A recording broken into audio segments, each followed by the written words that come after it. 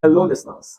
Today, we are going to talk on the topic that if the domestic demand is less in the country, how does the country even benefits? See, if the demand in the domestic market for say in India is less, then the Indian market basically focuses on exporting the goods. And this is the situation which is going on right now. Indian companies has turned to the exports as domestic demand is continuously slow.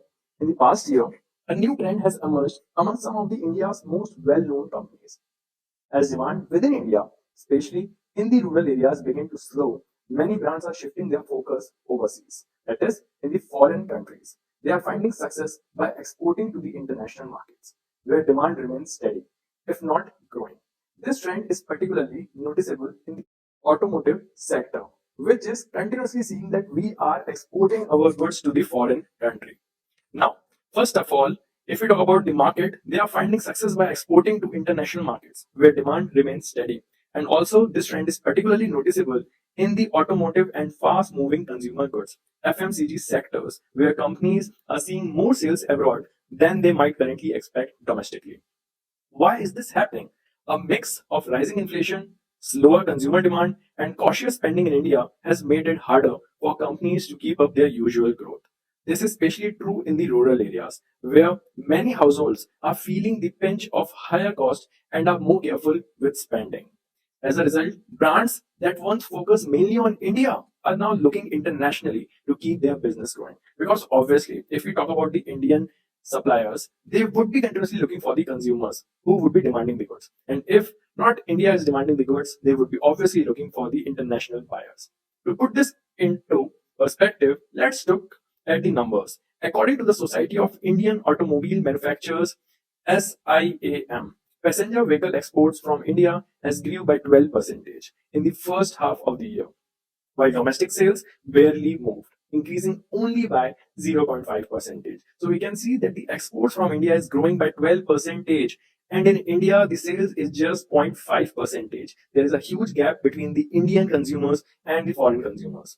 Thanks to these exports, overall vehicle production in India has rose by 2.4% during the same period. Even though the domestic demand is not so much, but still because of the exports, our production for the automobile is continuously increasing despite the weak domestic demand. Here's how this shift is playing out for six major Indian companies. The six major Indian companies in the automobile sector is Maruti Suzuki, Bajaj Auto, TVS Motor Company, Mahindra and Mahindra, Dower Company in the FMCG, and the Godrej Consumer Products in the FMCG. Each of them is turning more towards the exports to power their growth. Maruti Suzuki and Mahindra are doing their business in the four wheelers. Bajaj Auto and TVS Motor Company are doing their business in the two-wheeler segment. Now, Maruti Suzuki, they are focusing on the small cars and also on the big exports. Maruti Suzuki, known for its affordable compact car, has historically relied on Indian consumers for most of its revenue. But in the past year, exports have become an essential part of Maruti's business. There was a time during the 1991 when Maruti Suzuki gained the first mover advantage when they used to produce the small cars for the Indian markets because they were aware that as soon as the globalization would hit India, the Indian consumers would be demanding the cars. And Maruti Suzuki was the first mover in making the small cars which could easily make the demand for their products. Now, in the past year, export have become an essential part for the Maruti's business, making up about 14% of total revenue by the second quarter of the financial year 2025. Maruti's main export markets include the Africa market, Latin America, where there's growing demand for the small, fuel-efficient cars, the type Maruti specializes in. And in the recent photos also, you would have seen that the auto cars have been common in Dubai nowadays. Yes, you heard it right. India is exporting their cars to many of the countries, which includes Africa as well as the Latin America also. Now, you cannot just find the Maruti cars in India, but you will be finding it in the foreign markets as well. In India, however, demand for Maruti's entry-level cars has softened due to the higher fuel prices and inflation because still now the Maruti cars are producing the cars which are dependent on the fossil fuels, and the fossil fuel, mainly petrol, is very expensive in India. So if you talk about the foreign markets, they are relying on the fuel and they are buying the Maruti cars. By focusing on the regions like Africa and Latin America, Maruti is expanding production capacity to keep up with the global demand. As one executive put it, our expansion into high potential international market is an opportunity to diversify the revenue sources and reduce the impact of the domestic cycles. Yes. Again, they are about to take the first mover advantage in the foreign markets. As they have captured the Indian market earlier during the year 1991, the same strategy is being utilized to cover the foreign markets. Now, talking about the Bajaj Auto, the two-wheelers on the move. Known for its motorcycles and scooters, Bajaj Auto has also expanded internationally. Exports for the Bajaj Auto now make up around 40% of Bajaj revenue. You heard it right. 60% come from India, but still the 40% is coming up from the exports. And again, they are exporting it to the Latin America and Southeast Asia. Over the past year, Bajaj has seen a 9% quarterly increase in the export sales as its motorbike gained popularity abroad. In India, Bajaj motorcycle sales have been affected by the rising fuel cost and inflation, especially in the rural areas. So you again can see that the fossil fuel is impacting the automobile companies in India. To reduce its dependence on the Indian market, Bajaj has adopted a strong international strategy, including currency hedging to protect against exchange rate fluctuation. Now, what is a hedging function? Basically, you buy the currencies of the foreign country so that if there is any fluctuation, you would be safe from it. Setting up the local assembly plants, like a new one in Brazil, has targeted their marketing campaigns for the Bajaj Auto. So, with the hedging function, they are also setting up their plants, one in Brazil, and also targeting the campaigns. We are expecting that yes, the Maruti company would work on the good sector. Now, talking about the TVS Motor Company. So, first of all, TVS Motor Company again in the two-wheeler segment. Another major player in this market is also seeing the growth overseas. Yes, they are again exporting their goods. They are again exporting their vehicles. Their exports account for about 25% of the company's revenue as compared to 40% of the Bajaj Auto, with volumes which are rising between 10% and 13% each quarter since quarter 3 of financial year 2024. TVS popular HLX series and electric vehicles EVs are especially well received in Africa, Latin America, and the Middle East. You can guess it that the India's policy for its foreign countries would be liberal. This is the reason why we are exporting nowadays to Africa and Latin America. Meanwhile, the Indian market hasn't been as favorable for the two wheelers due to the inflation. Again, the same reason which is impacting the segment over here, making these vehicles less affordable in the Indian market. In response, TVS is building its presence abroad, positioning India as a hub for producing premium motorcycles and EVs for the international markets. Also, they say their focus on emerging regions aligns with their long-term vision to make the India a center for sustainable export-driven growth. Talking about the Mahindra and Mahindra company, utility vehicles and tractors. Now, talking about the Mahindra and Mahindra company, they have also tapped the international markets to sustain their growth. Exports now make up around 20% of their revenue, with strong demand for its utility vehicles and tractor in Southeast Asia and Latin America. The Latin America is common for all the industries over here. We are continuously exporting to them.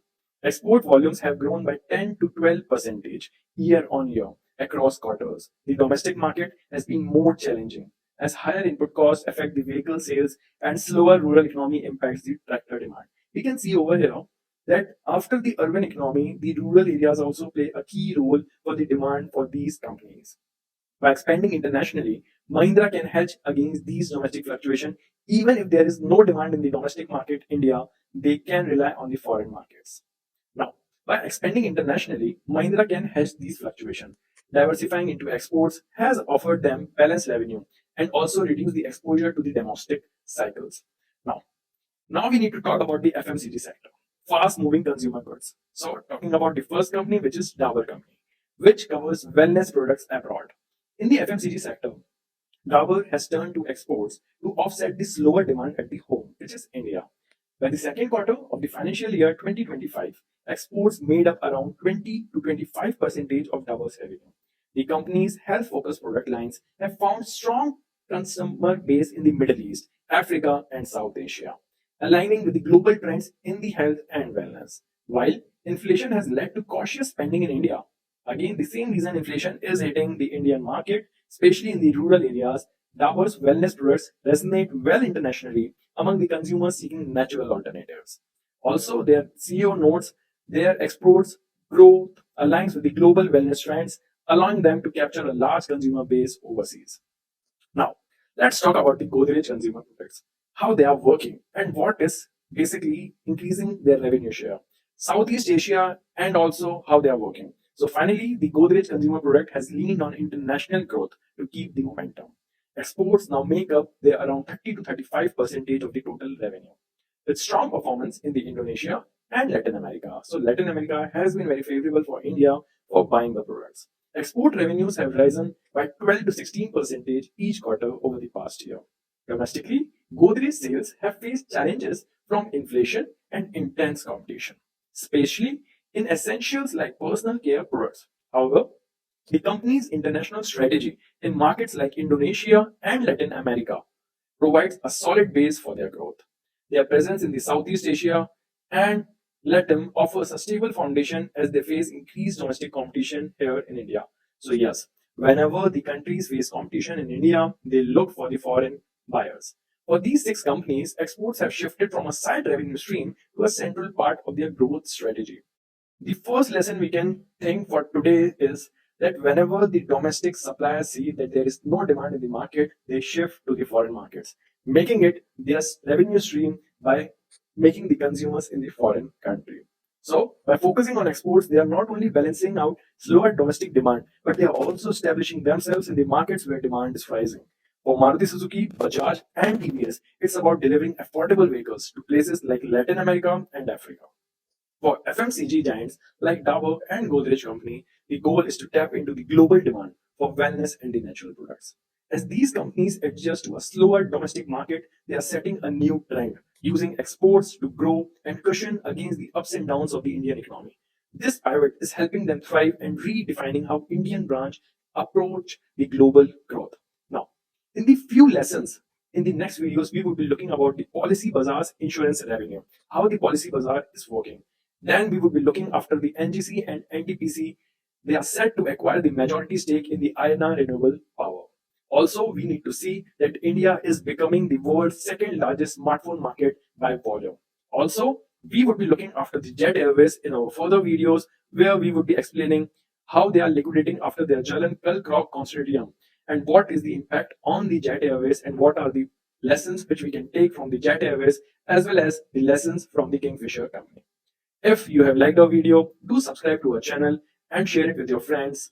Thank you.